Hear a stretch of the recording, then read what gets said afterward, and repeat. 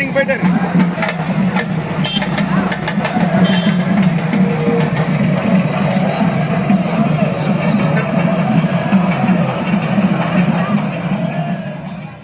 சபரிமலைக்கு வந்து பேட்டை துள்ளுற எல்லா பக்தர்களும் பார்த்தீங்கன்னா பேட்டை சாஸ்தா கோயில் போயிட்டு இந்த வாவர மசூதி இருக்குது இல்லைங்களா, இந்த மசூதிக்கும் போயிட்டு வராங்க. அது ஏன்ற தகவல் உங்களுக்கு தெரிஞ்சால் கமெண்ட்டில் சொல்லுங்கள். என்னை பொறுத்த வரைக்கும் பார்த்தீங்கன்னா it is just a token of love, ஒரு அன்பு வெளிப்படுத்தும் விதமாக தான் நான் இதை பார்க்குறேன்.